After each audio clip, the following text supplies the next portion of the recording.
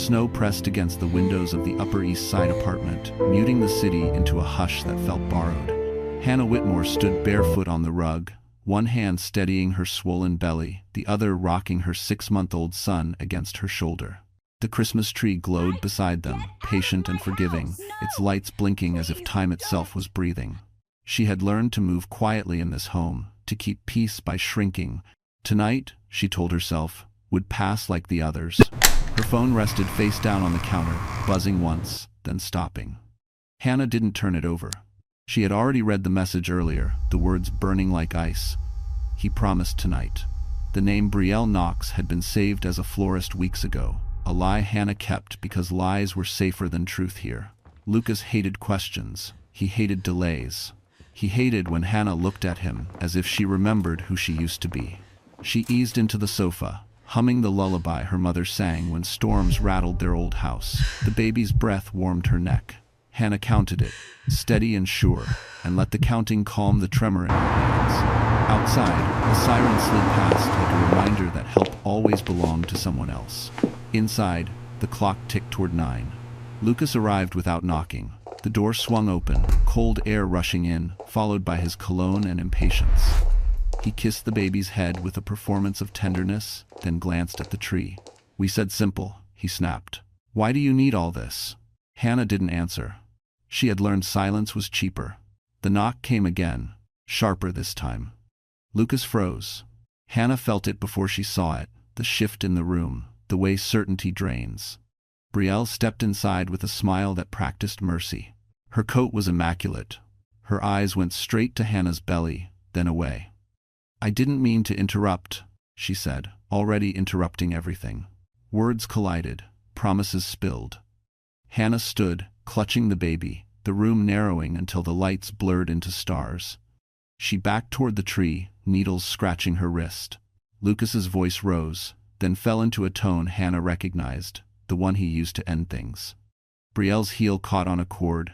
Something heavy clattered to the floor, dull and final. Hannah thought of the appointment she missed, the email she never sent, the file she hid behind a recipe on her laptop. She thought of Samuel, the grandfather who once whispered, "Be brave in paperwork." She thought of the doctor with kind eyes who told her to breathe. The baby cried, the lights flickered, the city kept its distance. When it was over, the tree still glowed, the clock kept ticking. And in the hallway, a camera blinked, recording footsteps that would not agree with the story Lucas planned to tell.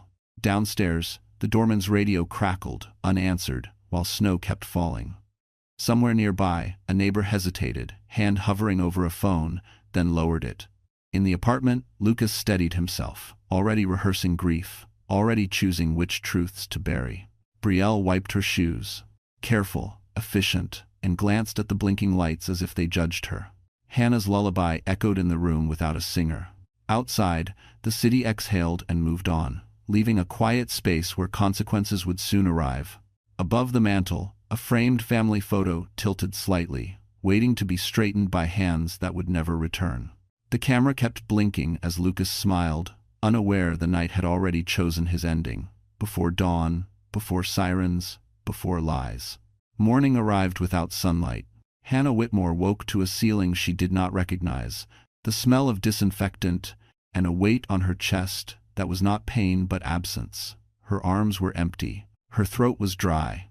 A nurse spoke her name gently, slowly, as if volume might shatter her. Hannah tried to sit up, then remembered why she should not. Her body answered with dizziness and fear. They told her the baby was alive. The words landed like mercy and punishment together. She asked for him once, then stopped asking. Somewhere inside, Hannah understood that asking questions had always been dangerous. It had been safer to listen, to nod, to adapt. Lucas had taught her that lesson carefully over years, not with fists, but with consequences. She remembered the first time she learned to be quiet. It was early in their marriage, in a small apartment near the river. She had asked why his phone was always locked. He smiled, then froze her bank card for a week. "You worry too much," he said. "I handle things." After that, Hannah learned to measure her words like medicine. By the time she became pregnant again, silence was routine. Lucas managed the accounts, the lease, her immigration paperwork. Her green card depended on him. He reminded her often, never loudly, always calmly. "Stress isn't good for you," he would say, whenever she disagreed. Hannah believed him because believing was easier than surviving alone. The doctors spoke around her. Terms like postpartum risk and prenatal trauma floated above the bed. Hannah focused on the edge of the blanket, counting threads. She did not tell them about the money disappearing, or the nights Lucas came home smelling like someone else. She did not tell them about Brielle. When you are trained to disappear, confession feels like rebellion. A social worker arrived with a clipboard and a careful smile. Questions followed. Was Hannah safe at home? Did she feel supported? Hannah nodded, then shook her head, then stopped responding. She had learned that answers could be used against her. Somewhere in the hallway, Lucas's voice carried, steady and sorrowful, rehearsed for sympathy. Later, when she was alone, Hannah reached for the bedside table and found her phone gone. Panic surged, then settled into resignation. Lucas always removed sharp objects first. Phones counted. She closed her eyes and tried to remember the file she hid on her laptop, the note she wrote for Samuel, the backup she prayed would survive. In the afternoon, a man entered quietly. Dr. Ethan Cole introduced himself and did not rush. He explained what he could not, and waited. When Hannah finally looked at him, he did not look away. "You don't have to decide anything today," he said. "Just breathe." She did. Slowly. For the first time in years, someone had given her permission to exist without performing gratitude. Outside the window, snow fell again, covering footprints, pretending nothing had happened. Hannah knew better now. Silence had nearly killed her. And if she survived this bed, this room, this morning, she would need a voice, even if it trembled. Monitors hummed softly. Papers moved between hands. Decisions were being made without her consent. Hannah sensed the machinery of authority turning, slow but relentless. Somewhere, signatures multiplied. Somewhere else, truth waited. Patient, collecting weight, preparing to tip the balance when timing finally allowed it to move lives forever irreversibly. Down the hall, Lucas signed a form with a steady hand, unaware the questions he avoided were already finding answers. Lucas Whitmore learned early that control sounded best when it wore calm manners. By noon, he stood in the hospital corridor with sleeves rolled just enough to suggest exhaustion, eyes red from practiced grief. Nurses nodded. Orderlies slowed. People respond to familiarity, and Lucas offered it freely, like a service. He told the story the same way every time. Hannah had been fragile since the baby. He had begged her to rest. He had stepped out briefly. When he returned, chaos. He did not cry loudly. He pressed his lips together, breathed, thanked everyone. He never mentioned Brielle. He never mentioned the argument. He never mentioned the weight that fell. On social media, sympathy bloomed. A black square, a prayer emoji. Lucas typed a careful caption about love and loss, about privacy, about faith. His phone vibrated with offers of meals and lawyers. He accepted neither. "We're focusing on the children," he said, always plural, as if words could rewrite timelines. Detective questions came softly at first. Lucas answered without hesitation. Dates aligned, times fit. He referenced calendars, receipts, and the building camera he knew well. When asked about money, he smiled. "I handle the finances," he said. "It's simpler that way." Simpler sounded reasonable. Reasonable sounded true. Brielle stayed invisible by design. She deleted messages, archived photos, and blocked names. At home, she rehearsed concern in a mirror, then practiced indifference. Her career depended on timing. She understood storms. She knew when to wait for the wind to pass. Lucas visited the nursery once, standing outside the glass. He did not ask to hold the baby. He spoke about guardianship, schedules, and statements. The social worker wrote notes. Lucas nodded at all the right moments. "Stability matters," he said. "I want what's best." What Lucas wanted was distance from scrutiny. He hired a consultant to manage inquiries, a man who promised silence in exchange for invoices. Together, they drafted a narrative that framed tragedy as illness, loss as inevitability. The words slid into place like furniture arranged for an open house. By evening, Lucas returned to the apartment. The tree still stood. He unplugged it without ceremony. He wiped surfaces, careful not to clean too much. He placed the heavy object back where it belonged. He practiced calling Hannah's name once, twice, until it sounded convincing. A knock interrupted rehearsal. The doorman delivered a bag of mail and a clipped question about the cameras. Lucas answered smoothly, thanked him, closed the door. In the quiet, he opened Hannah's laptop, guessing passwords, missing once, then succeeding. He searched for nothing and found a folder he did not recognize. Inside were screenshots, dates, amounts, and a draft email addressed to Samuel Whitmore. Lucas closed the lid, pulse finally breaking rhythm. He understood then that perfection was fragile and that silence, once broken, could become evidence. He leaned against the counter, breathing, listening to the building settle. Somewhere below, a siren faded. Lucas imagined headlines, then erased them. He deleted the folder, emptied the trash, and smiled at the blank desktop. Yet his hand trembled. He had missed something small, something human. In the mirror, his face looked right, but his eyes did not. He straightened his tie, practiced sorrow again, and picked up his phone. A single voicemail waited, time-stamped earlier, from a number he knew he should fear. It would be played tomorrow, and it would say Hannah's name, proving someone else had listened, saved, and refused to forget the truth he buried tonight before dawn arrived for him without mercy waiting. Brielle Knox never believed in accidents, only leverage. She sat in her apartment overlooking Midtown, scrolling through messages she had already erased once, checking reflections instead of memories. Control was her language. Chaos offended her. Lucas had promised resolution by Christmas. Not love, not honesty, just an ending that cleared space. Brielle accepted terms the way she accepted contracts, with timelines and consequences. She did not scream. She planned. At the hospital, Brielle stayed away. Visibility was a risk before narrative settled. She sent condolences from a burner number, careful words designed to be screenshotted and misunderstood later. Sympathy could be manufactured, proof could not. She reviewed the night frame by frame, correcting mistakes. The heel that caught, the pause too long, the glance toward the hallway camera she pretended not to notice. Brielle cataloged errors like inventory, then decided which could be blamed on shock. Her phone buzzed with Lucas's name. She did not answer. Distance protected both of them, for now. She opened her calendar and moved a meeting, then another. Grief schedules required flexibility. Brielle's advantage was patience. She knew investigators tired, friends drifted, and truth softened at the edges when repeated by people who needed sleep. She would wait until the right question appeared, then step forward as help. Money moved quietly. A transfer here, a purchase there. Brielle liked receipts because they implied purpose. She saved screenshots in a private cloud, labeling them with neutral dates. Order calmed her. She practiced the story she would tell if asked. She had met Hannah once, briefly, and felt concern. She had encouraged rest. She had no idea about the argument. Each sentence was clean, plausible, incomplete. Late that night, Brielle received a voicemail forwarded from Lucas. A man's older voice, steady, formal, saying her name and asking for a return call, Samuel Whitmore. Brielle paused the audio halfway through. She recognized the tone immediately.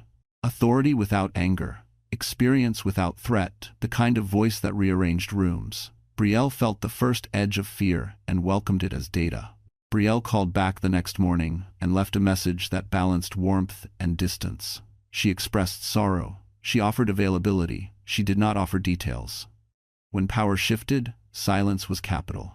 Across the city, Lucas assumed Brielle would obey the plan. He underestimated her need to survive alone. Brielle began preparing an exit that looked like loyalty until the last possible moment. She boxed gifts she had never opened and slid them into a closet.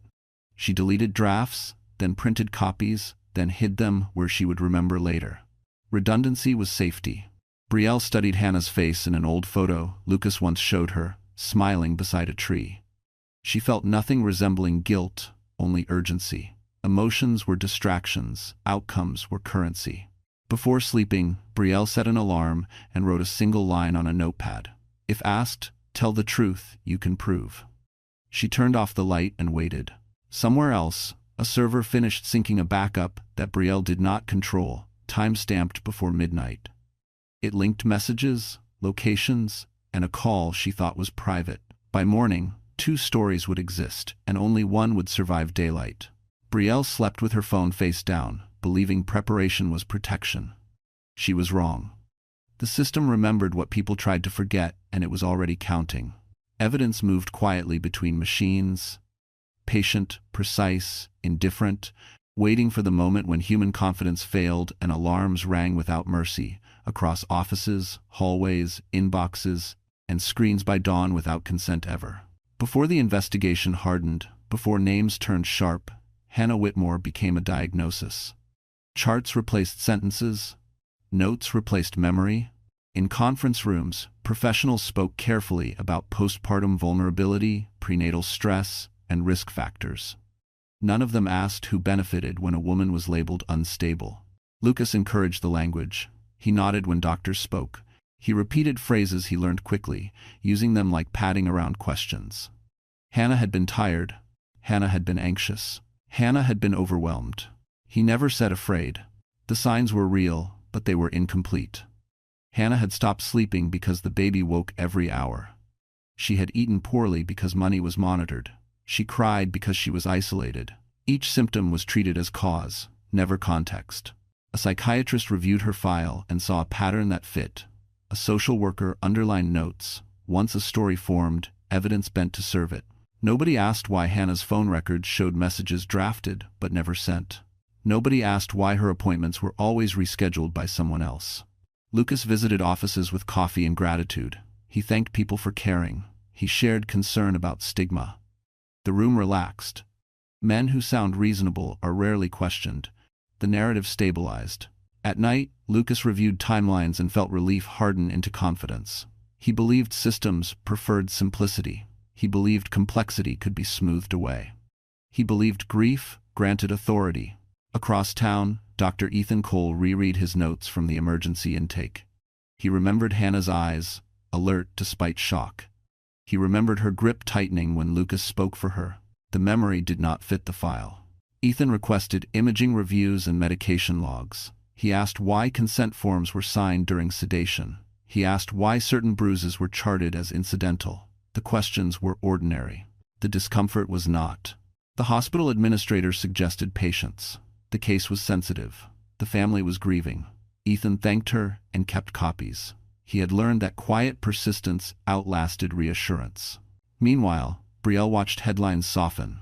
Words like tragedy and illness replaced confrontation. She exhaled and resumed meetings. Control returned. She almost believed it would hold. Then a nurse mentioned an irregular timestamp.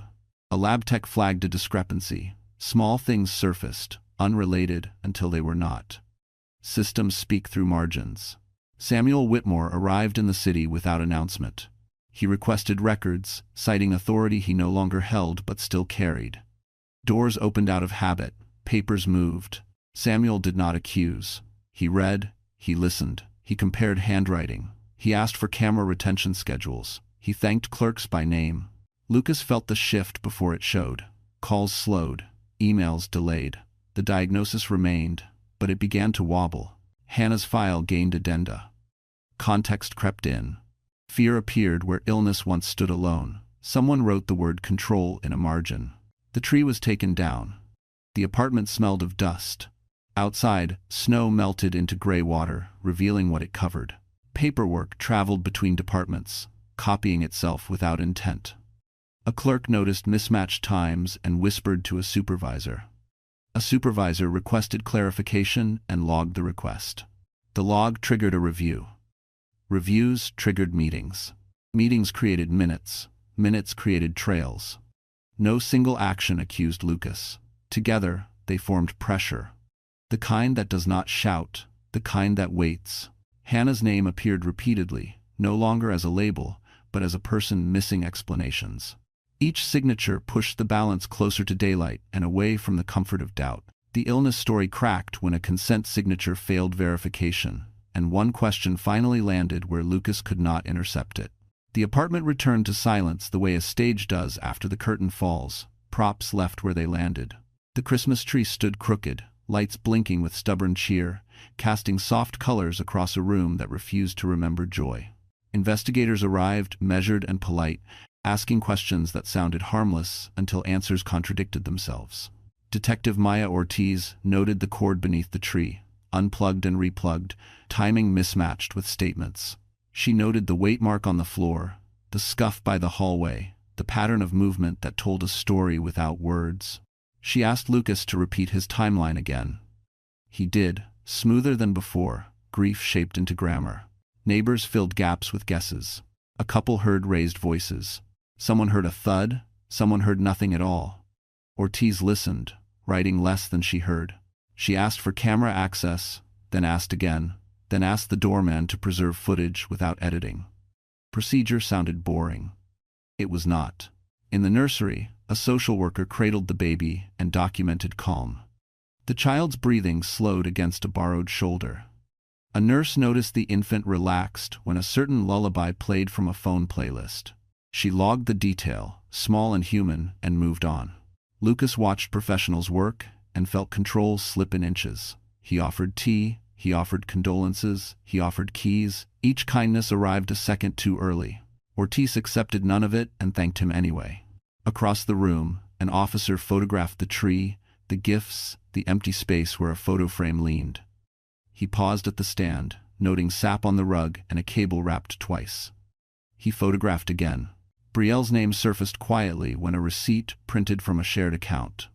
Ortiz did not announce it. She circled it and waited. Waiting made people talk. At the hospital, Ethan reviewed imaging with a second physician. They agreed on timing, they agreed on sequence, they agreed on what did not fit. Ethan wrote a supplemental note, careful and restrained, then forwarded it through channels that created records. Samuel Whitmore arrived at the apartment doorway as the sun tilted west. He did not cross the threshold, he observed. He asked permission. He listened to Ortiz and nodded once. Experience settled in the room like gravity. Lucas attempted familiarity with his father and found none. Samuel's eyes moved from corner to corner, inventory complete. He asked for copies, he asked for times, he asked for names.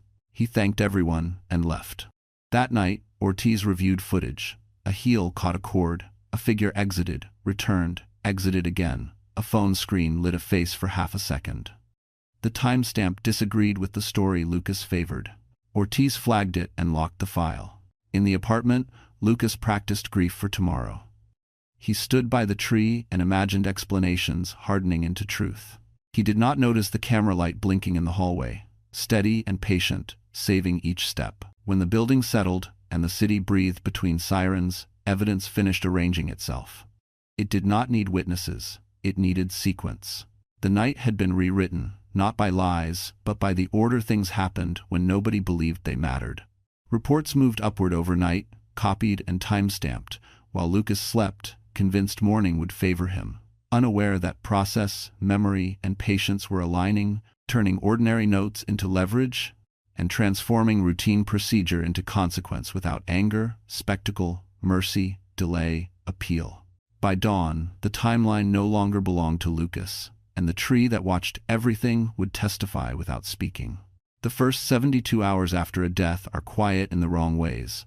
Phones ring, forms multiply, and decisions slip into permanence before grief learns to speak.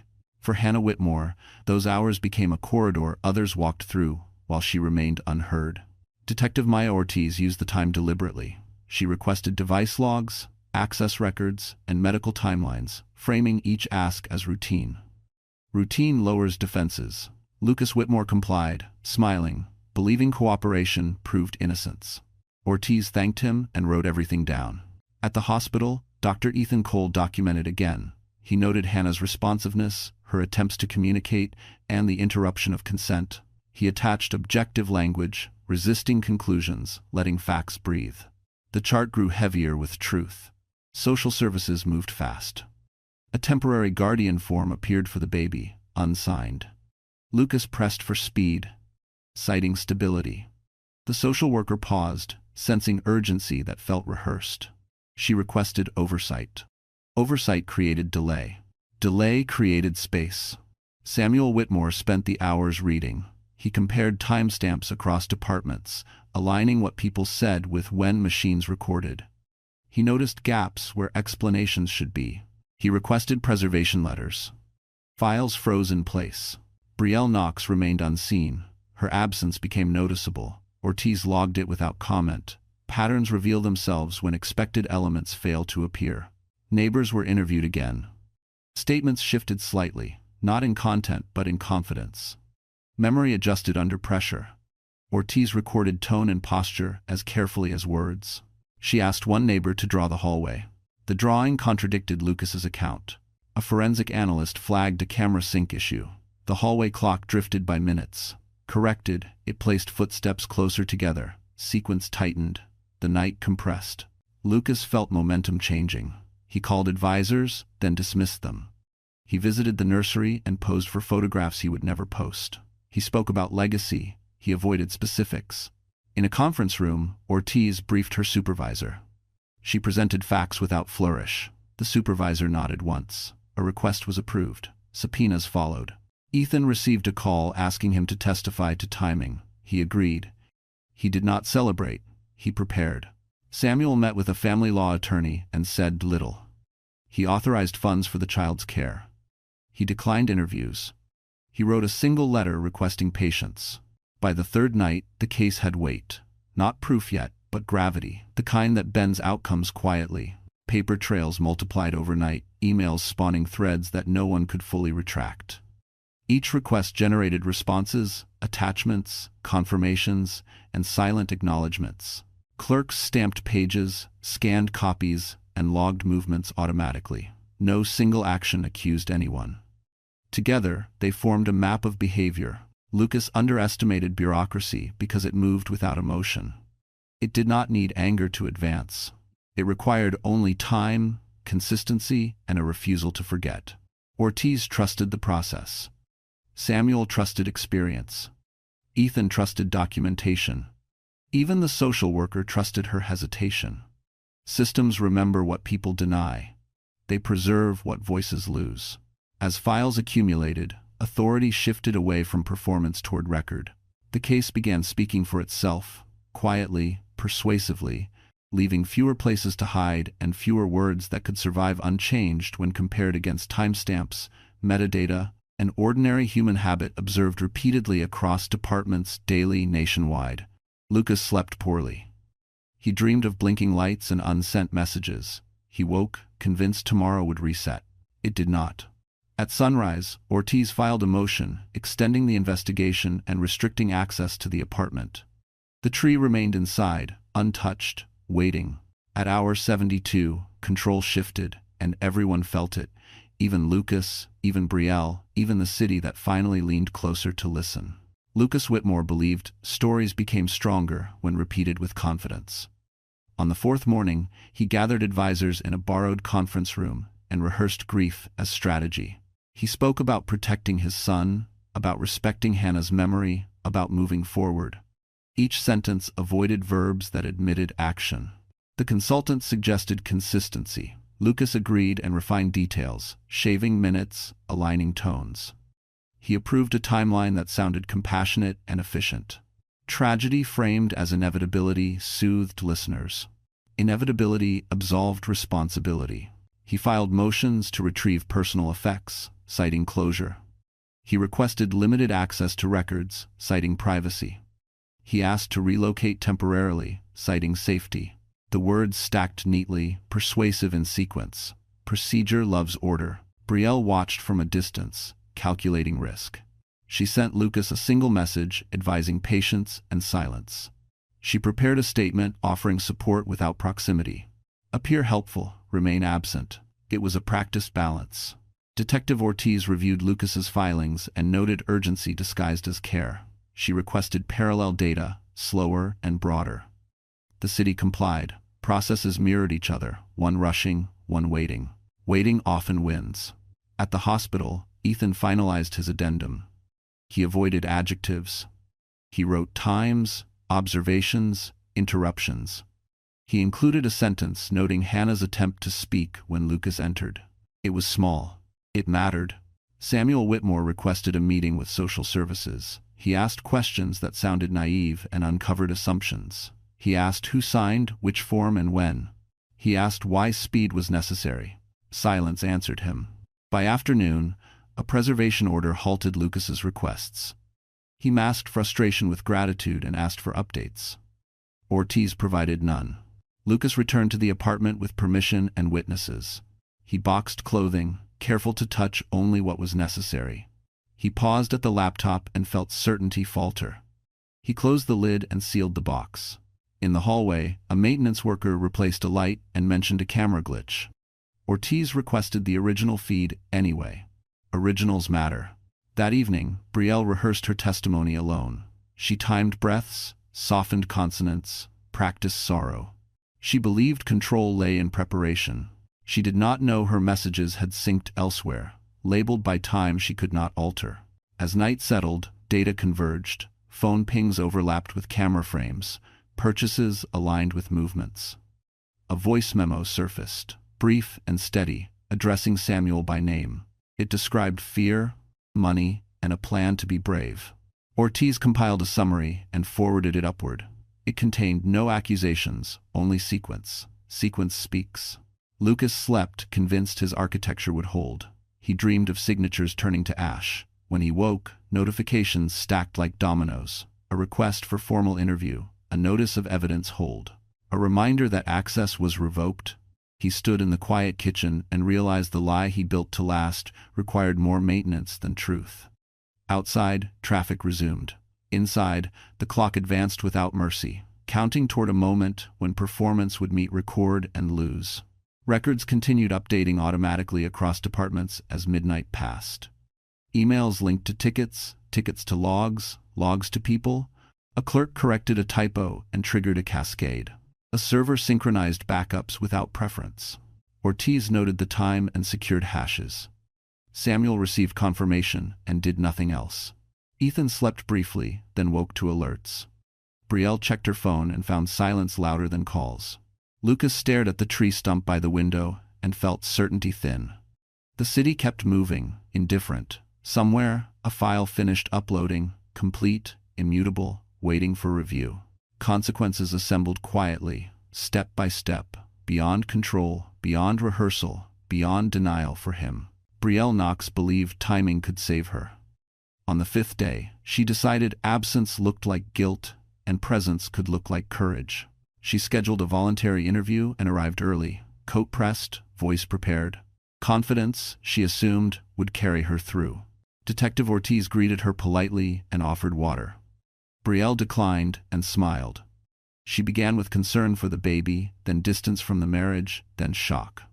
Her story was neat. It was also unnecessary long. Ortiz let it run. Questions followed, precise and soft. Brielle answered smoothly, then too quickly. She placed herself near the apartment without saying so, corrected a date no one challenged, and described furniture she claimed she had never seen. Each detail landed like a marker. Ortiz asked about the night. Brielle paused and filled the silence with explanation. She mentioned a cord near the tree and the sound of glass. Ortiz nodded and wrote nothing. Silence does not need ink. Across town, Lucas watched the interview schedule update and felt relief. Brielle was capable. She would protect the plan. He returned calls and spoke about healing. The analyst reviewed phone metadata during the interview. Brielle's device pinged the building twice within minutes of the timeline she denied. A synced message surfaced, sent and unsent, referencing a promise and a deadline. The server timestamp disagreed with her words. Ortiz asked Brielle to repeat her account, slower. Brielle adjusted tone and removed details. The removal created gaps. Gaps invite comparison. Samuel Whitmore received notice of the interview and forwarded a single document. It contained bank transfers labeled innocuously, aligning with purchases made days before the night. Preparation rarely precedes accidents. Ethan Cole submitted a clarification noting audible statements recorded during intake, naming 2 voices, not 1. The note attached waveform times. Machines do not misremember. Brielle sensed the room shift. She asked if she needed counsel. Ortiz said she was free to pause. Brielle continued. Confidence pushed her forward when caution should have stopped her. When the interview ended, Ortiz thanked her and requested her phone for imaging. Brielle hesitated 1 second too long, then agreed. Consent logged, time logged. Outside, snow melted into slush. Brielle texted Lucas a single word, fine, and watched it remain unread. By evening, Comparisons finished compiling. Statements aligned against data, furniture against photos, timelines against pings. Nothing dramatic happened, no raised voices. The case simply tightened. Lucas learned of the request for Brielle's device and felt something cold settle. He told himself devices could be explained. He told himself stories. Ortiz filed a supplemental report recommending status change. The supervisor approved it without comment. The machine advanced. Brielle went home and realized preparation had betrayed her. She had spoken to control the story and instead anchored it. In her mirror, confidence looked like exposure. Elsewhere, paperwork traveled overnight through offices that never slept. Clerks scanned pages, systems reconciled clocks, and backups verified integrity. No one argued, no one speculated. Routine did the work. Each confirmation reduced uncertainty. Each log narrowed options. By morning, requests would become obligations, and obligations would limit movement. People would call it momentum. Ortiz would call it sequence. Samuel would call it patience. Ethan would call it accuracy. Lucas would feel it as pressure. Brielle would feel it as exposure. The city would feel nothing, continuing, while a case learned how to stand upright alone. Without witnesses, headlines, mercy, delay, appeals, excuses, shortcuts, rehearsals, denials, detours, bargains, prayers, shelter. By nightfall, Brielle's words had become evidence, and the plan she trusted turned into the trap she built herself. Money tells the truth when people refuse to. Claire Bennett spread the statements across the conference table and let silence work. Numbers aligned with dates, dates aligned with movements, and movements aligned with lies. The pattern was ordinary and damning, the kind auditors love because it does not argue. Transfers left the joint account days before Christmas, sliced into amounts designed to avoid notice. The funds reappeared as purchases, reservations, and a deposit tied to Brielle Knox. None of it proved intent alone. Together, it proved preparation. Lucas Whitmore sat straighter and explained volatility. Investments fluctuate, gifts happen. He spoke as if vocabulary could smooth arithmetic. Claire asked who authorized each transfer. Lucas answered quickly, then corrected himself. Corrections leave tracks. Detective Ortiz watched without interrupting. She understood financial pressure changes behavior faster than questions. When money speaks, people listen. Samuel Whitmore requested copies and received them. He compared handwriting, signatures, and authorization codes. He remembered teaching Lucas how to sign checks, how to wait, how to think ahead. He recognized the impatience now embedded in numbers. At the hospital, Ethan reviewed billing timestamps and consent logs, charges posted while Hannah was sedated. Authorizations appeared after procedures began. He flagged inconsistencies and forwarded them. Medicine and money rarely intersect cleanly. When they do, accountability follows. Brielle felt the ground shift when her bank called. Routine verification, they said. She answered carefully and hung up too soon. Anxiety makes timing sloppy. Lucas attempted reassurance. He sent Brielle a message reminding her to breathe. The message synced elsewhere, preserved by habit. Habits testify. Claire filed motions to freeze accounts pending review. The judge approved limited holds. Limited is enough. Cash flow slowed. Pressure rose. Lucas appealed to privacy and grief. The court acknowledged grief and preserved evidence. Preservation is not punishment. It is patience with teeth. Paper moved through offices with the quiet violence of routine. Ledgers balanced. Exceptions surfaced. A clerk noticed duplicate authorizations and escalated. Escalation created audit. Audit created trail. Ortiz requested warrants supported by financial sequence. They were granted without spectacle. Boxes arrived with seals intact. Devices queued for imaging. Samuel met Lucas in a hallway and said nothing. Silence weighed more than accusation. Lucas felt judged by arithmetic. By evening, narratives fractured. What Lucas called coincidence read as choreography. What Brielle called support read as incentive. What grief called chaos read as timing. No one raised a voice. No one needed to. The numbers did the talking, steady and exact, stripping intention from performance. Money does not care about charm. As night settled, accounts remained frozen, phones remained boxed, and calendars cleared themselves. Consequences advanced without anger. Somewhere, A spreadsheet recalculated totals and highlighted cells in red. Somewhere else, a baby slept, unaware that paper cuts were bleeding out, a story built on confidence and denial, one transaction at a time, until nothing remained but proof. Morning would bring interviews, seals, and formal language that sounded kind and carried force. Files would travel between agencies, copied, logged, and timed, turning intent into sequence. Lucas would discover that explanations shrink under cross-check, while Brielle would learn that loyalty dissolves under audit. Samuel would wait, patient, knowing truth arrives by schedule, not mercy. Ortiz would sleep, then return, guided by procedure alone. Ethan would testify without drama, only facts, letting records speak. Somewhere a judge would initial a page, and the case would change status, irreversible. Paper kept cutting, thin and precise, until resistance failed, leaving consequences to stand where confidence once stood, exposed and small, awaiting the next signature. The next morning, the file appeared at 6:14 a.m., synced quietly across servers Lucas could not touch. It was titled simply, "For Samuel," and it contained Hannah's voice. Not a scream, not panic, but a steady recording made late at night. She spoke as a woman who had learned caution, choosing words that would survive. The audio opened with her naming dates, amounts, and fear without drama. She described money moving, nights growing colder, and a promise Lucas kept breaking. Then she asked Samuel to protect her son if she failed. The file included screenshots, calendar captures, and a backup key stored off-site. It ended with a sentence written twice, once spoken, once typed. "If you are hearing this, I tried." Samuel listened without moving, then closed his eyes and breathed. He forwarded the file through counsel and preservation channels, adding nothing. Detective Ortiz received it and cross-checked timestamps within minutes. Everything aligned with what procedure had already whispered. Ethan Cole recognized the cadence immediately and annotated his report. Brielle learned about the file when her attorney asked a single question. Lucas learned later, when access requests were denied without explanation.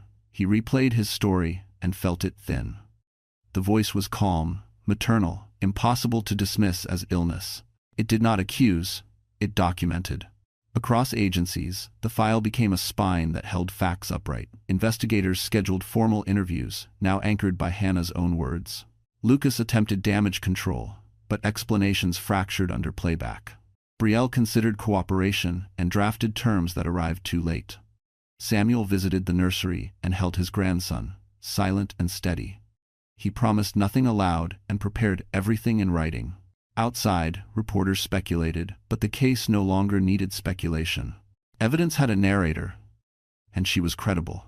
That afternoon, warrants expanded and access narrowed. Phones were imaged, accounts traced, and calendars reconciled. The city continued, indifferent, while the file did its work. Hannah's voice traveled where her body could not. It reached desks, rooms, and minds trained to listen. By evening, a prosecutor approved charges contingent on final review. Nothing dramatic happened. Yet, everything changed. Lucas stared at the denial notice and felt the room shrink. Brielle deleted drafts and realized deletion no longer mattered. Samuel signed guardianship papers and waited. Ethan prepared to testify with the same calm he used at bedsides. The file finished circulating and locked itself by design. Truth, once backed up, is hard to erase. Night fell, and the city lights reflected off windows like witnesses. Inside offices, forms queued for morning signatures. Hannah's recording sat at the center, patient and undeniable. It had waited long enough. Consequences moved closer, guided by her voice. The case now had direction, weight, and a human spine. No performance could bend it anymore. Tomorrow would bring arrests, filings, and a reckoning that would not blink. For the first time, Hannah was speaking, and the system was listening. The voice could not be interrupted again. It would carry them all into daylight, paper, process, and patience aligned behind her truth. Silence finally worked for the right reason. Outside the nursery, footsteps passed, ordinary and unremarkable. Inside, a child slept, protected by records and resolve. Hannah's plan was no longer a hope. It was a file, a timeline, and a future. Justice had found its narrator, and it would not stop playing. Morning approached with warrants ready and doors prepared to open. The lie's time ended. Hannah's voice remained. It would guide what followed, steady, recorded, and impossible to silence. Everyone involved felt the shift and knew the path forward. Brielle Knox asked for counsel the moment the recording circulated. Strategy replaced confidence. She offered cooperation, framed as conscience, not fear. Prosecutors listened without reacting. They requested specifics. Brielle hesitated, then chose survival. She admitted presence near the apartment, not inside. She admitted pressure from Lucas, not planning. Each admission aimed to narrow exposure. Each created new obligations. Detective Ortiz watched posture shift from poise to calculation. Brielle produced messages Lucas forgot, promises typed late, instructions disguised as concern, reminders about timing. She presented them as context, hoping context would dilute responsibility. Instead, timestamps sharpened it. In exchange, she asked for leniency. The prosecutor explained the process calmly. Cooperation mattered. Truth mattered more. Partial truth complicated everything. Samuel Whitmore attended the meeting silently. He did not glare. He listened and took notes. When Brielle finished, he asked one question. Why now? Brielle answered honestly. Because the file exists. The honesty landed heavier than apology. Ethan Cole submitted a supplemental statement that morning, clarifying audible commands captured during intake, matching phrasing in Brielle's messages. Language has fingerprints. They matched. Lucas learned of the meeting through counsel and felt abandonment. He sent Brielle a message demanding loyalty. The message was preserved automatically. Demands read differently under review. By afternoon, Brielle's account unraveled. Her descriptions contradicted camera angles. Her timelines conflicted with phone pings. Her effort to control damage exposed intent. Ortiz documented each inconsistency without comment. A formal offer followed. Provide complete disclosure, devices included, accounts unlocked, calendars released. Brielle requested time. Time was denied. Deadlines clarified choices. She signed. Imaging began. The room filled with quiet work. No one comforted her. Comfort was not the task. Lucas attempted to intervene and was refused. His status had changed. He was advised to prepare. Samuel left the building and stood in cold air, steadying himself. He called a trustee and initiated changes protecting the child's future. Paper moved. Safeguards locked. As evening fell, Brielle's cooperation produced results. A shared note revealed planning language. A deleted photo cache showed proximity. A call log bridged gaps. Each piece reduced ambiguity. The prosecutor updated the charging memo. Conspiracy language replaced negligence. The case matured. Brielle sat alone and realized calculation had failed.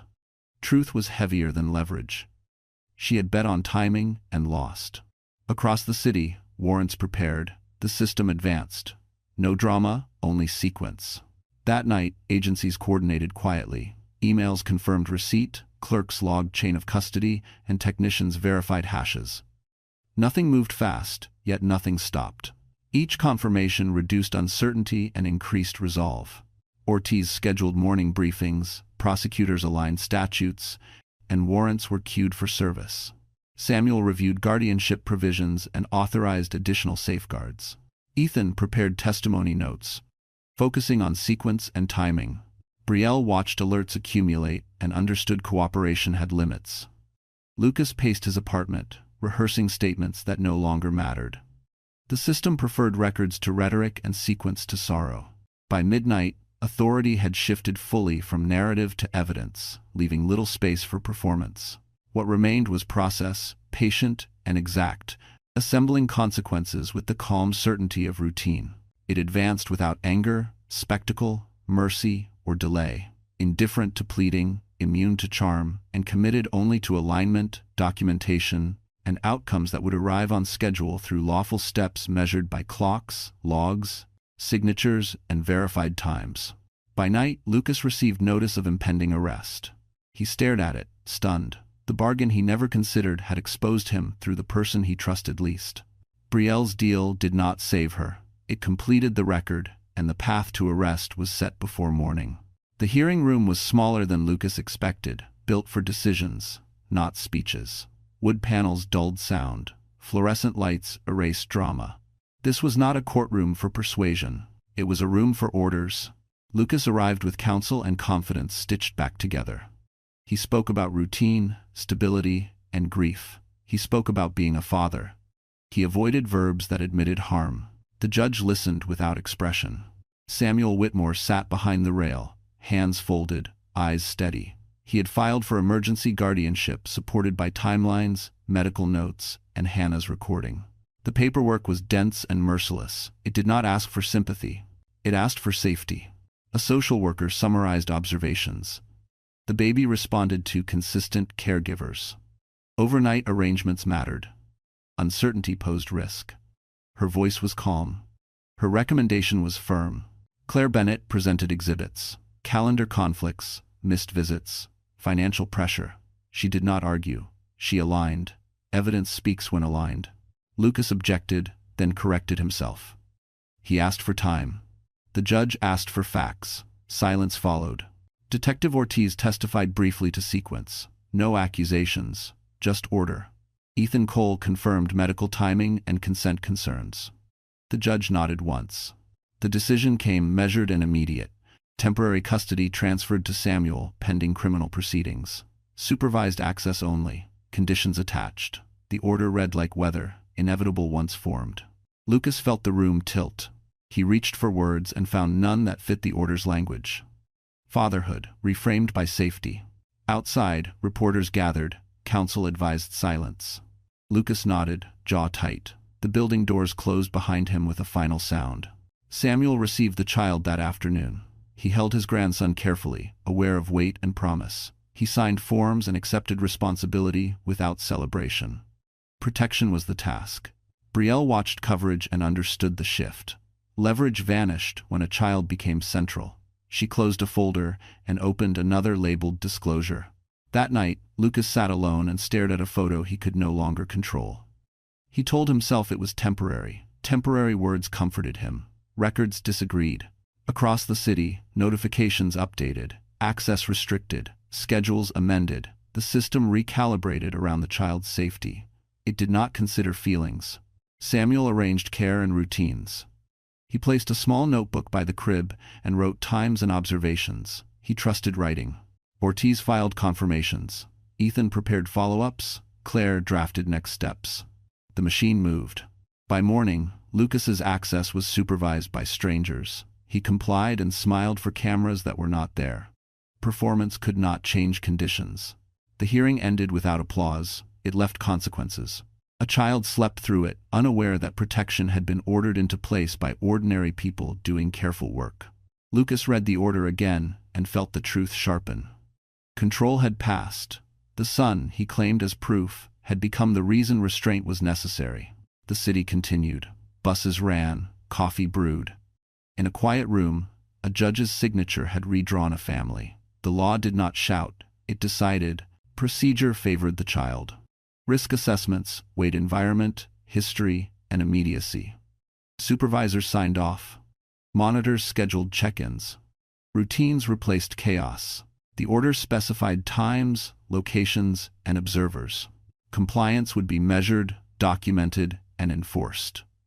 Any deviation would trigger review. The language was plain, strict, and protective. It treated safety as a process, not a promise, and assigned responsibility to adults, systems, and clocks. Nothing was left to interpretation. Mercy, negotiation, delay, discretion, convenience, shortcuts, habits, excuses. Today, when Lucas realized the order named safety over blood, he understood the case was no longer about him, and the loss had begun. The order did not end resistance. It provoked it. By nightfall, Lucas Whitmore shifted from compliance to pressure, testing boundaries he pretended to respect. He called intermediaries instead of witnesses, phrasing demands as concern, warnings as advice. He believed fear moved faster than courts. Samuel Whitmore received the first call at dawn. A man spoke politely about stress and suggested reconsideration for everyone's sake. Samuel listened, wrote down the number, and ended the call. He forwarded the note to counsel and did not discuss it again. Lucas tried subtler routes. He contacted neighbors, floated rumors, hinted at instability. The effect was brief. Records outweighed whispers. Silence followed. Then came the message left at Samuel's building. Not explicit, just enough. A reminder that accidents happened, that age made people vulnerable, that discretion protected families.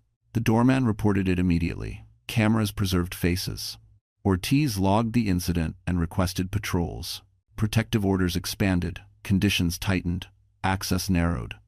Lucas complained about fairness and received procedure. Procedure did not argue. Brielle learned of the incident and withdrew further. Cooperation had costs. Threats increased them. She updated disclosures and stayed quiet. Ethan Cole noticed unfamiliar cars near the hospital and reported them. Caution became habit. Security reviewed footage. Nothing dramatic appeared. Documentation continued. Lucas escalated through counsel, filing motions challenging supervision. The judge denied them quickly, citing risk indicators. Indicators accumulate when behavior confirms them. That night, Lucas paced and rehearsed anger. He drafted messages he did not send. He sent one he should not have. It was logged. Ortiz requested a warrant extension based on intimidation. It was granted. The case widened. Samuel adjusted routines. He changed schedules, coordinated escorts, and accepted protection without pride. He focused on the child's needs, not his own comfort.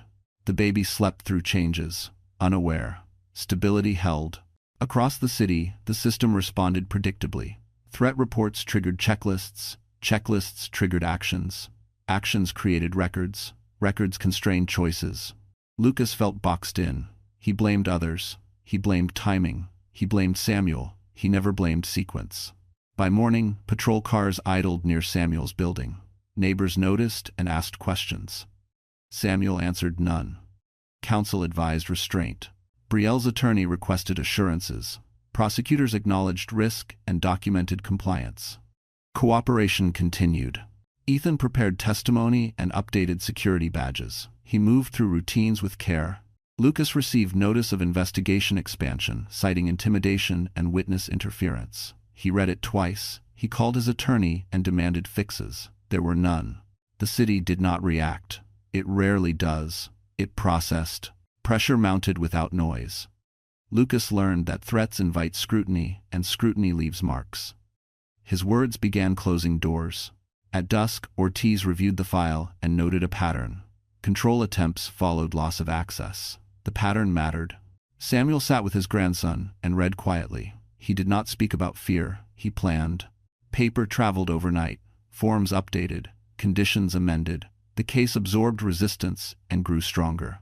By midnight, Lucas's options narrowed to compliance or consequence. He chose neither, hovering between them, convinced intimidation would restore balance. It would not. The system had noticed. The order stood, protection tightened, records multiplied. When Lucas realized threats only strengthened the case against him, he understood pressure had become proof, and the next step was inevitable. By the 15th day, time stopped behaving like an ally. It pressed instead, compressing options until Lucas Whitmore felt every minute as a narrowing corridor. Prosecutors scheduled a status conference, brief and procedural, the kind that signals direction without announcing destination. Lucas read the notice and understood delay was no longer leverage. Detective Ortiz assembled a clean packet for review. It contained nothing dramatic, only sequence. Intimidation reports, device extractions, financial trails, and Hannah's recording as anchor. Each item referenced another. The map closed loops. Supervisors approved escalation. Claire Bennett filed motions, consolidating guardianship protections with criminal proceedings, ensuring evidence stayed preserved. She wrote plainly, anticipating objections and neutralizing them with citations. Judges prefer clarity. The filings provided it. Ethan Cole met with prosecutors and confirmed availability. He reviewed his notes again, trimming adjectives, highlighting timing. He understood that precision convinces where emotion distracts. He signed an affidavit and returned to work. Samuel Whitmore received updates and made no public statements. He focused on routines for the child, feeding times, naps, visits. Stability became his argument.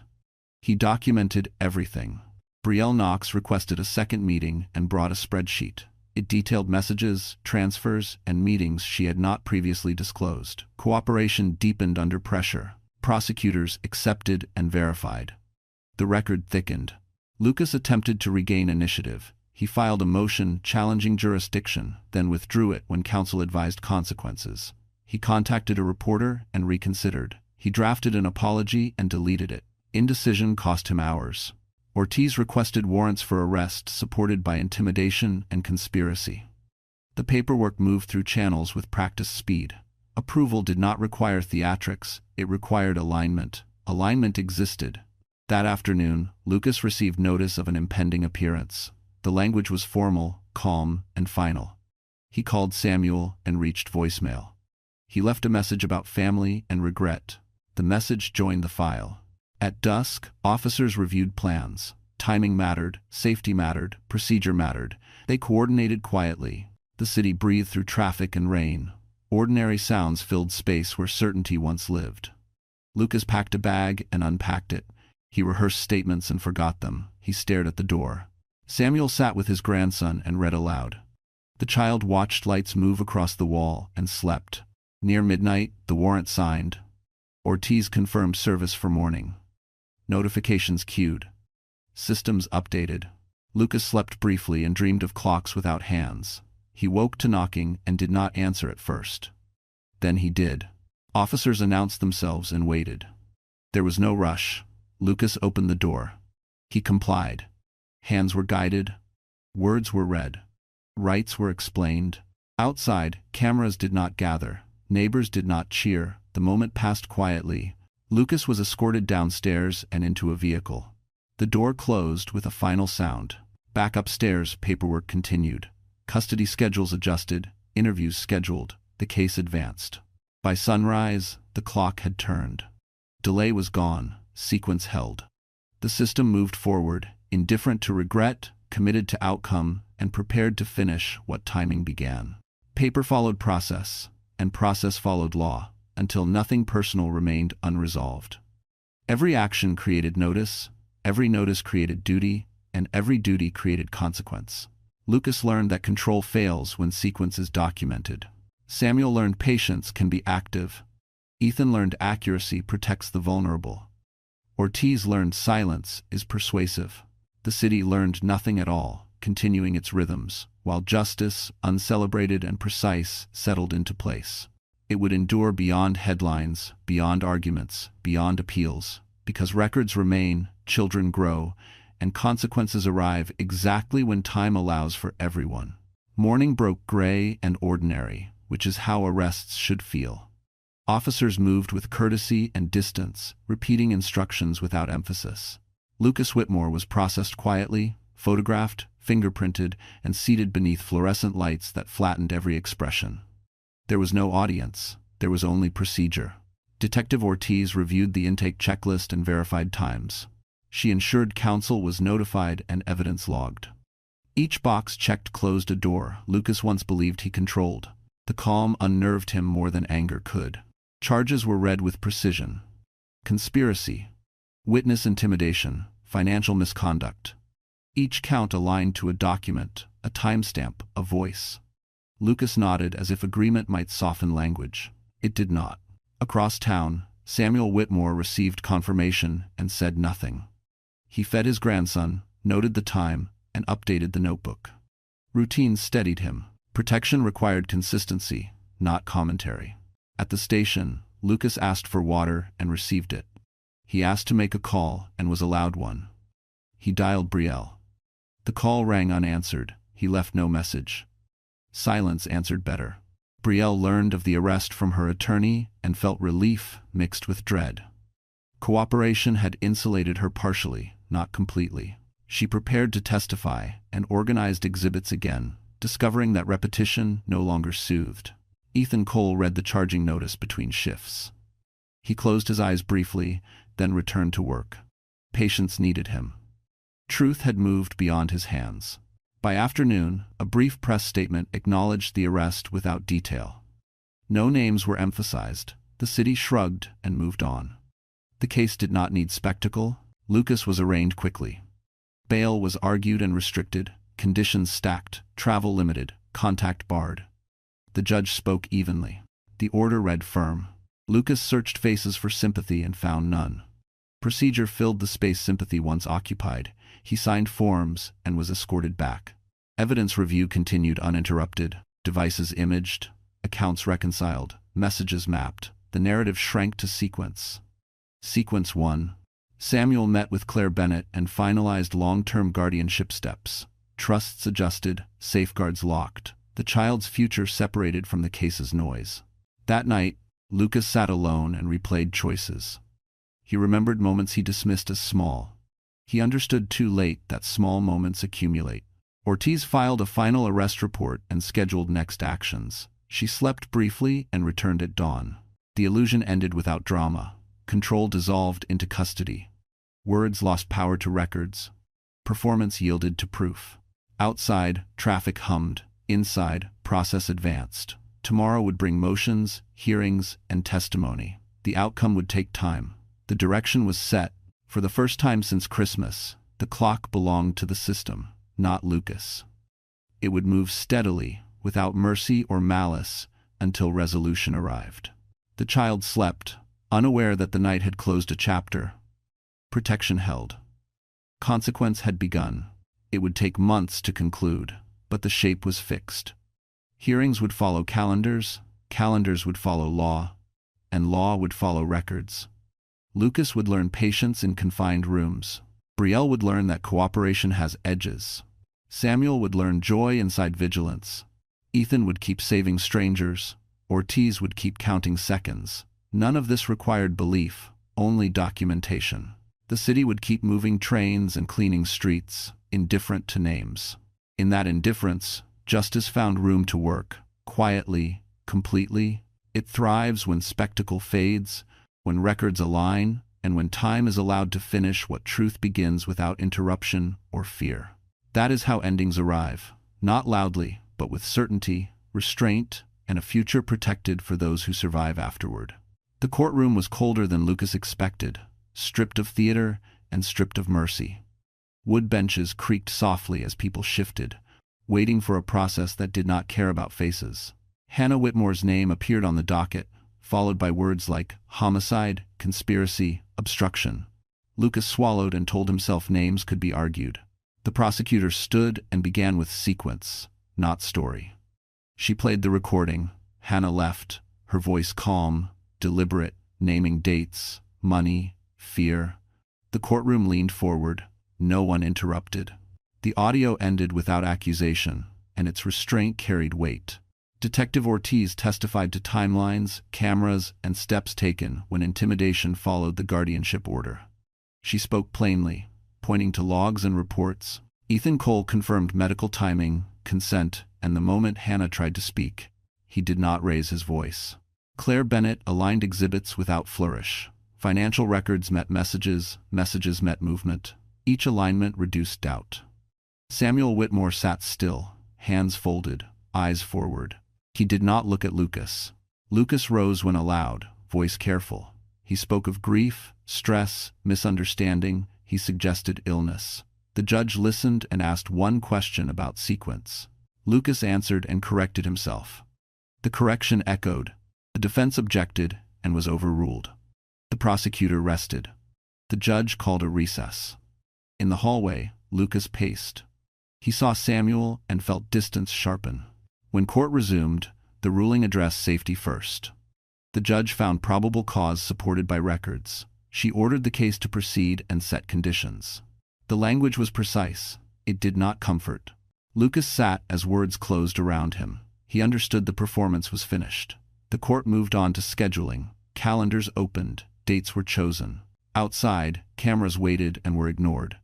The city passed by. Samuel left without comment. He returned to routine, to bottles, naps, notes. That night, the order circulated across agencies. Conditions tightened, access narrowed. The child's protection anchored every decision. Lucas returned to custody and stared at the ceiling. He realized the trial would not be about sympathy. It would be about sequence, and sequence had chosen. In quiet offices, clerks stamped, scanned, and logged. The case advanced without noise. Ortiz scheduled witnesses. Ethan prepared notes. Claire drafted motions.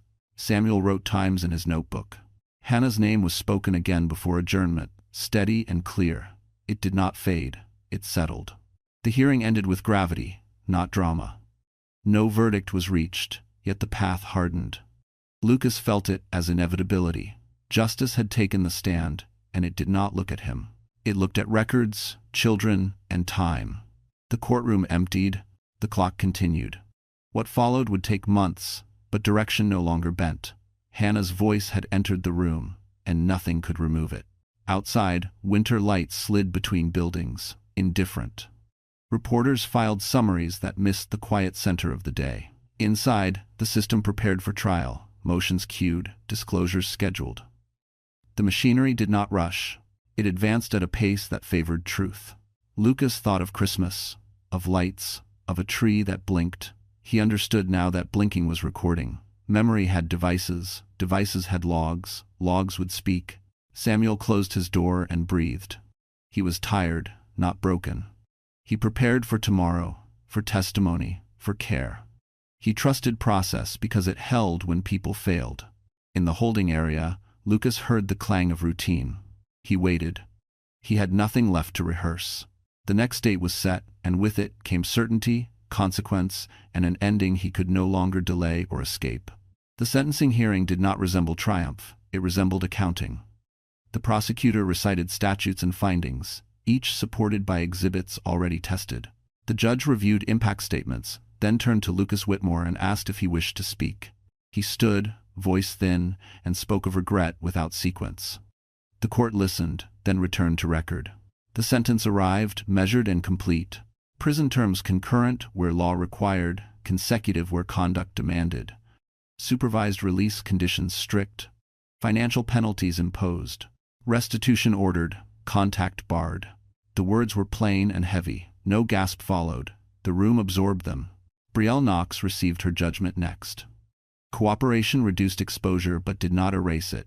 Probation with monitoring, industry restrictions, mandatory disclosure. The lesson reached her without drama. She nodded once and wrote notes she could not change. Samuel Whitmore submitted a final affidavit and stood aside. The court acknowledged guardianship, trusts, and oversight. Protection was affirmed. The child's name appeared only in initials, shielded by law. That mattered most. Outside, winter had softened. Reporters waited for statements and received none. Counsel advised silence. Silence complied. That afternoon, Samuel executed amendments prepared weeks earlier. He altered his will, removed Lucas entirely, and redirected assets into a supervised trust for the child. He funded a small endowment for maternal care at the hospital, named quietly. He did not seek recognition. Paper bore his resolve. At the station, Lucas processed the sentence with shock delayed. Reality settled when doors closed. He learned schedules. He learned limits. He learned that control ends where custody begins. Brielle packed her office and returned keys. Her calendar emptied. She discovered that influence evaporates when records endure. The cost arrived slowly, then stayed. Ethan Cole returned to routine, treating patients who never asked his name twice. He carried the knowledge that precision can save futures, even when it cannot save lives. Detective Ortiz closed the file with a final notation and archived evidence according to policy. She felt no victory, only completion. That night, Samuel read to his grandson and marked times in the notebook. He placed Hannah's photo on a shelf and spoke her name once, clearly. He promised protection and kept it. The city continued. Trains ran, snow melted, law did its quiet work. The lesson of the year settled without ceremony. Violence was punished, manipulation was exposed, patience prevailed, records endured, a child was safeguarded, consequence matched conduct. In the end, justice did not roar. It wrote, it signed, it scheduled, it remained. And with that, the story turned from trial to life, from evidence to care, from grief to guardianship, carrying forward what could be saved and closing what could not, firmly, finally, and without appeal. Months later, appeals were denied, schedules fixed, and routines normalized. Samuel enrolled the child in daycare, met teachers, and built a circle of care. Ethan attended a small ceremony at the hospital, anonymous by choice. Ortiz trained a new detective and emphasized patience. Brielle completed programs, complied, and watched doors stay closed. Lucas learned time by count, not command, and consequences by rule, not rhetoric. The trust funded checkups, counseling, and college savings. Hannah's name appeared on no banners, only on forms that protected others. The ending was not joy, but it was right. Life resumed with boundaries, care, and memory intact, proving that justice, when thorough, leaves space for healing without erasing truth. The notebook closed, seasons changed, and the promise held as ordinary days accumulated, steady and quiet, ensuring safety endured while futures grew, measured, supervised, and free for the child and community. Years passed with the quiet insistence of routine, and the case receded into archives while life moved forward. Samuel Whitmore learned the rhythm of mornings with a child. Oatmeal cooling, shoes misplaced, questions blooming without warning. He answered honestly, briefly, and with kindness. He never lied. He chose timing. The boy grew sturdy and curious. He loved buses and pigeons and the way lights blinked on bridges at dusk. Samuel kept the notebook until it was no longer needed, then stored it with the files, trusting memory had found its place. Hannah's presence lived in ordinary acts: a lullaby at bedtime, a note in a lunchbox, a photograph on a shelf that caught afternoon light. Samuel spoke her name without heaviness, letting it exist as fact, not wound. The trust worked quietly.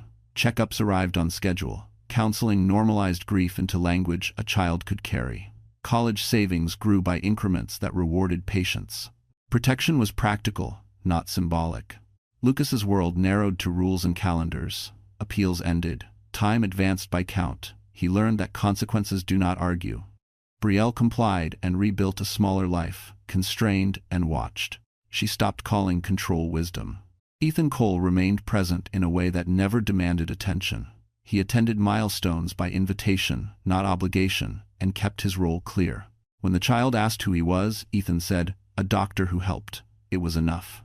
Detective Ortiz visited once, years later, and watched the boy kick a ball across a park. She smiled, brief and satisfied, then left. Completion did not require ceremony. One autumn evening, Samuel told the story as it was, measured and age-appropriate. He explained that a choice hurt people and that laws exist to protect the vulnerable. He said Hannah was brave and careful. He said truth lasts. The boy listened and asked one question. Was it my fault? Samuel answered immediately. Never. The city changed around them. Stores closed and reopened. Buildings rose. The river kept its pace. Life continued without apology. At a school assembly, the boy stood straighter when his name was called. Samuel felt pride unmixed from fear. He understood the work had succeeded. Later, as seasons stacked, the boy learned to ride a bike, to read late, to forgive small things. He learned boundaries and kindness. He learned that safety can be built. On a quiet night, Samuel placed Hannah's recording into a locked archive and closed the file. He did not need it anymore. The lesson had transferred. The future opened, unremarkable and precious. Ordinary days accumulated, and that was the victory. Justice had done its work and stepped aside, leaving room for life to grow without looking back, steady and whole. Years later, a wedding filled a small hall with warm light. Ethan stood beside Samuel, hands steady, offering a future built on care. Vows honored memory without trapping it. The boy carried rings, proud and certain. Laughter replaced fear. The promise was simple: kindness, patience, truth. They left together, not erasing loss, but carrying it gently. Outside, evening settled, ordinary and forgiving. The family walked home, held by routine, protected by law, and guided by love that had earned its place. Photographs captured smiles without shadows, and invitations faded into keepsakes. Morning followed, then school, then work. Life continued, repaired. The ending felt earned, balanced, and calm, leaving space for gratitude, remembrance, and a future chosen freely by those who remained. Time agreed, gently, that justice had closed the past and opened tomorrow. Safely, completely, and without regret. For everyone involved, at last now. The last chapter did not arrive with a gavel or a headline. It arrived with a morning routine, light through curtains, and a sense that breathing no longer hurt. Samuel Whitmore woke early, made coffee, and watched his grandson tie shoes without asking for help. Independence had arrived quietly. Ethan Cole stood at the window, listening to the city start. He had learned that healing prefers ordinary days. He set plates, smiled, and waited for laughter. It came, soft and unforced. They walked to the park together. Leaves turned underfoot, a neighbor waved. The boy ran ahead and stopped, then ran back, checking that adults followed. Trust had replaced vigilance. That was the measure. At noon, a small ceremony gathered friends who knew the truth and respected silence. Vows were simple, promises clear. Care would be chosen daily, memory would be honored without ruling. When rings exchanged hands, applause was brief and genuine. Samuel watched with gratitude and relief. He felt Hannah present, not as ache, but as compass. He whispered thanks and let the day continue. Later, the boy asked to visit the river. They stood at the railing and counted boats. Ethan explained tides. Samuel explained patience. The boy listened, absorbing lessons meant to last. In the evening, dinner simmered while homework spread across the table. Questions came and were answered. None were avoided. That was the rule now. Truth, scaled for age, delivered with kindness. Across the city, files slept in archives. Consequences held. There were no reversals. Justice remained, firm and boring, as it should be. As night settled, a lullaby drifted through the apartment. The same tune Hannah once hummed, now shared without fear. The boy slept easily. Samuel closed the notebook one final time and placed it away. He would not need it again. Protection had become habit. Ethan washed dishes and planned tomorrow. Work awaited. So did joy. Both were welcome. On the wall, photographs captured seasons. First steps, school plays, a wedding smile. They did not erase the past. They placed it where it belonged. Outside, traffic flowed. The city offered no judgment. Inside, a family rested. This was the ending Hannah asked for without knowing its shape. Safety, honesty, love earned and kept. Morning would come. It always does. And when it did, life would continue. Ordinary and strong, built on records, patience, and care. Carrying memory forward without chains, free to choose goodness daily. That was the lesson written beyond the law. When truth is preserved and children are protected, the future opens. Not perfect, just possible, and that is enough. Before sleep, Samuel checked doors and windows, a habit softened into care. He left a light on in the hall and a note on the fridge about tomorrow's errands. Ethan set alarms, then turned them off, trusting morning.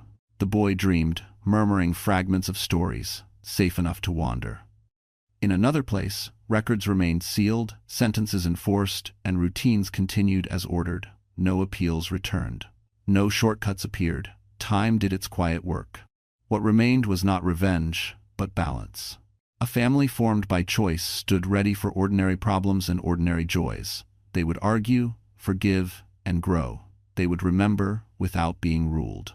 When the city slept, the apartment breathed, steady and unafraid, holding a future that had been earned the hard way by patience, proof, and love. Tomorrow would bring school bags, meetings, meals, and small decisions, all handled together, calmly, proving that endings can heal when care replaces fear, and truth guides every step forward for this family now. So, the story has come to an end. And if you're still here with us right now, truly still here, then something in this journey touched your heart in a quiet way. Maybe it reminded you of a pain you've carried. Maybe it reminded you that you survived something you once thought would destroy you. This story leaves us with a simple but powerful truth. We cannot control what others do, but we can control how we respond, how we protect what matters, and how we choose to move forward. The Stoic philosopher Marcus Aurelius once wrote, "You have power over your mind, not outside events. Realize this, and you will find strength." Hannah's life reminds us that even when circumstances are cruel, truth, patience, and integrity still matter. They may not save the moment, but they can save the future. Healing is not forgetting. Healing is learning to live honestly with what happened, without letting it define the rest of your life. As Epictetus taught, it's not what happens to you, but how you react to it that matters. If this story made you pause, reflect, or feel less alone, please take a moment to like this video, share it with someone who might need it, and subscribe to the channel. Your support helps us continue telling stories that heal, remind, and connect. And most of all, thank you for staying until the very end.